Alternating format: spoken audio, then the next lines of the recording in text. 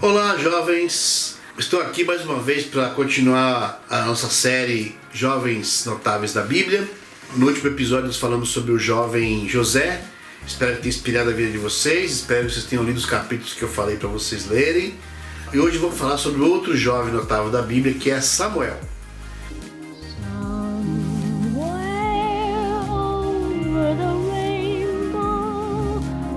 E espero com isso inspirar a vida de vocês. Quem era Samuel? Samuel era filho de Eucana e Ana. Isso mesmo, o pai dele chamava Eucana. Nominho feio, né? Mas era o nome do pai dele. Ana, antes de ter Samuel, ela era estéril, ou seja, ela não podia ter filhos. E naquela época, para uma mãe não ter filho, a mulher era quase que não tinha valor algum, né? Então era o sonho de toda mulher ter um filho. Então ela clama a Deus, ela pede: Deus, me dá um filho, eu quero tanto ter um filho, eu quero tanto ser mãe. E aí Deus, na bondade dele, concede para Ana ser mãe.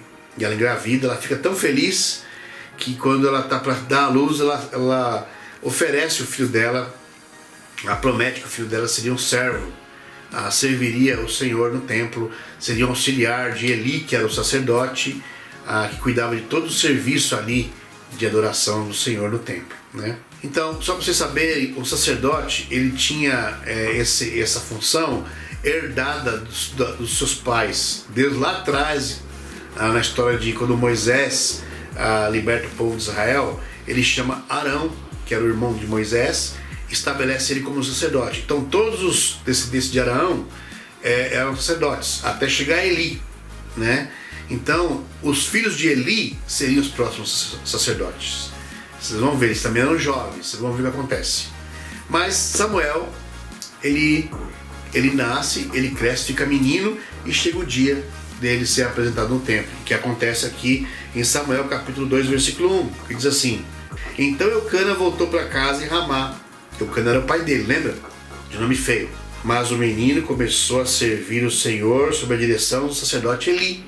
Então ele vai servir o Senhor no templo. Quem está instruindo ele ali, o professor mestre, é Eli, que era o sacerdote. Mas acontece algo interessante aqui. Olha só, quem eram os seus companheiros ali, que deveriam ser os seus tutores mais jovens, para servir de exemplo para Samuel. Olha quem era, no versículo 12. Os filhos de Eli, quer dizer, os futuros sacerdotes, eram ímpios, não se importavam com o Senhor, nem cumpriam os deveres de sacerdote para com o povo. Sempre que alguém oferecia um sacrifício, o auxiliar do sacerdote vinha com um garfo de 3 dentes. Enquanto a carne estava cozinhando, ele enfiava o garfo na panela, ou travessa, ou caldeirão, ou caçarola, e o sacerdote pegava para si tudo que vinha no garfo. Assim faziam com todos os israelitas que iam a Siló. Olha, esses meninos eram corruptos, eram um mau exemplo. E sabe o que eles faziam? Eles roubavam as ofertas. Naquela época as ofertas não eram dadas em dinheiro. As pessoas levavam carne filé mignon, levavam picanha. Imagine, quando eu vi uma carne boa, sabe o que eles faziam? Eles enfiavam o garfo lá e pegavam para eles. Ou seja, estavam desrespeitando as ofertas. E aqui no versículo 17 fala assim, em 1 Samuel 2: O pecado desses jovens, que eram os filhos de Eli, era muito grande à vista do Senhor, pois eles estavam tratando com desprezo a oferta do Senhor. Aí você pensa, e onde estava Samuel? Estava ali com eles, aprendendo. Ele era companheiro desses meninos. Então, será que Samuel também se corrompeu? Você vai ver que não. Sabe, Samuel tinha tudo para se corromper, porque estava rodeado de jovens ímpios que não estavam agradando a Deus. E olha só o que acontece aqui, se você continuar lendo aqui no versículo 26, fala assim: E o menino Samuel continuava a crescer, sendo cada vez mais estimado pelo Senhor e pelo povo. Por quê? Porque ele se manteve fiel. Apesar de estar rodeado de pessoas querendo levar Samuel, querendo ser um mau exemplo para Samuel, Samuel sabia separar. Ele aprendia as coisas de Eli, que era o sacerdote, e ele não deixava se levar pelo mau exemplo dos jovens ao seu redor. Trazendo isso para nós, para a sua vida. Eu sei que você faz parte, você estuda, você tem amigos da escola, e você está rodeado também de jovens que não estão muito preocupados com Deus, não estão querendo aprender sobre Deus, e muitas vezes até querendo levar você a tentações, querendo chamar você a ficar com as meninas, com os meninos, né? A ver pornografia, a mentir para os seus pais, a fazer coisas que não agradam a Deus. Eu sei como é, também já fui jovem, eu sei como é que é os jovens ali, a gente quer ser aceito no grupo, a gente quer ser amigo, quer ser legal, e muitas vezes somos tentados, porque as pessoas, são poucas as pessoas que estão querendo agradar a Deus. Talvez a sua escola seja só você, e aí você se vê no meio de um monte de gente que não está nem aí preocupado com Deus, e você sendo chamado a querer agradar a Deus. Mas olha só como Deus vê isso e como Deus trata isso. Se continuar a história, você vai ver aqui, ó, no capítulo 2, no versículo 30, Deus fala aqui para Eli e para os seus filhos. Ele fala assim, ó: portanto o Senhor, o Deus de Israel, declara: prometi a sua família e a linhagem de seu pai que ministrariam diante de mim para sempre. Mas agora o Senhor declara: longe de mim tal coisa. Honrarei aqueles que me honram, mas aqueles que me desprezam serão tratados com desprezo.